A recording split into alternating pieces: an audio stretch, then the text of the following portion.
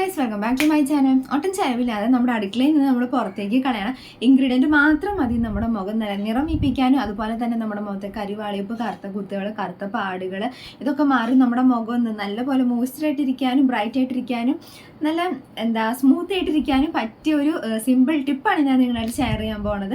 അപ്പം ഈ ഒരു സിമ്പിൾ ടിപ്പിൻ്റെ ഒപ്പം നമ്മൾ ഒരു ഇൻഗ്രീഡിയൻറ്റും കൂടി ചേർക്കുന്നുണ്ട്. അത് നമ്മുടെ അടുക്കളയിലുള്ളത് തന്നെയാണ്. ഇത് നമ്മുടെ ഫേസിൽ ഉണ്ടാവുന്ന ഒട്ടുമിക്ക പ്രശ്നത്തിനും ഒരു പരിഹാരം കൂടിയാണ് ഈ ഒരു ഇൻഗ്രീഡിയൻറ്റ്. അപ്പോൾ ഞാൻ വീഡിയോ വല്ലാണ്ട് വലിച്ചു നീട്ടുന്നില്ല. അപ്പോൾ നമുക്ക് ഇതെങ്ങനെ പ്രിപ്പയർ ചെയ്യേണ്ടത് കണ്ടാലോ. അപ്പോൾ പ്രിപ്പയർ ചെയ്യണ മുമ്പ് നിങ്ങൾ എൻ്റെ ചാനൽ ആദ്യമായിട്ട് കാണുകയാണെങ്കിൽ എൻ്റെ ചാനൽ ഒന്ന് ലൈക്ക് ചെയ്യാനും ഷെയർ ചെയ്യാനും സബ്സ്ക്രൈബ് ചെയ്യാനും മറക്കല്ല. സബ്സ്ക്രൈബ് ചെയ്യുമ്പോൾ അടുത്തുള്ള കുഞ്ഞു ബെല്ലൈക്കൺ എനേബിൾ ചെയ്യാൻ മറക്കില്ല കേട്ടോ.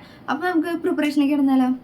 അപ്പോൾ ഈ ഒരു മാസ്ക് ഉണ്ടാക്കാനായിട്ടുള്ള മെയിൻ ഇൻഗ്രീഡിയൻറ്റ് തേങ്ങാവെള്ളമാണ്.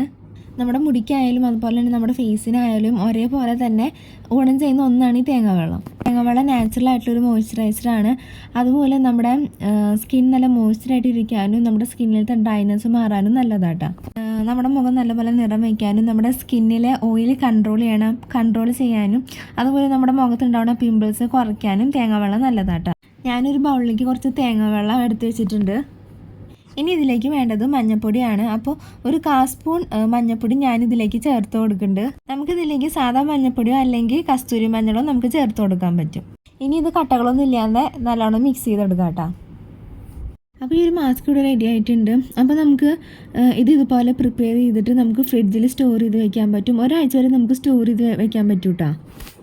അപ്പം ഈ ഒരു ടിപ്പ് ഇവിടെ റെഡി ആയിട്ടുണ്ട്. ഇത് ഞാൻ ആദ്യം തന്നെ പറഞ്ഞല്ലോ ഫ്രിഡ്ജിൽ സ്റ്റോർ ചെയ്ത് വെക്കാൻ പറ്റുമെന്ന്.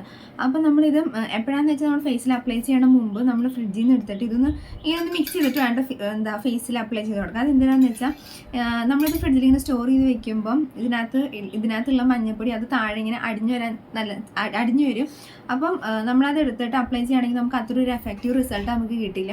അപ്പോൾ നമ്മൾ മിക്സ് ചെയ്തിട്ട് അപ്ലൈ ചെയ്യുകയാണെങ്കിൽ അപ്പോൾ രണ്ടിനും കൂടി റിസൾട്ട് നമുക്ക് ഒരേപോലെ നമ്മുടെ ഫേസിലേക്ക് കിട്ടും കേട്ടോ. നമ്മളിതപ്പോൾ ഫേസിൽ അപ്ലൈ ചെയ്യണം മുമ്പ് നമ്മൾ ഇതുപോലെ നല്ലപോലെ ഒന്ന് മിക്സ് ചെയ്തിട്ട് വേണ്ട ഫേസിൽ അപ്ലൈ ചെയ്ത് കൊടുക്കും. ഞാൻ നല്ലോണം മിക്സ് ചെയ്ത് എടുത്തിട്ടുണ്ട്. അപ്പോൾ ഇത് അപ്ലൈ ചെയ്ത് കൊടുക്കാം കേട്ടോ. ഇതുപോലെ നമ്മളിങ്ങനെ എടുത്തിട്ട് ഇതുപോലെ ഇങ്ങനെ അപ്ലൈ ചെയ്ത് കൊടുത്താൽ മതി കേട്ടോ. ഇത്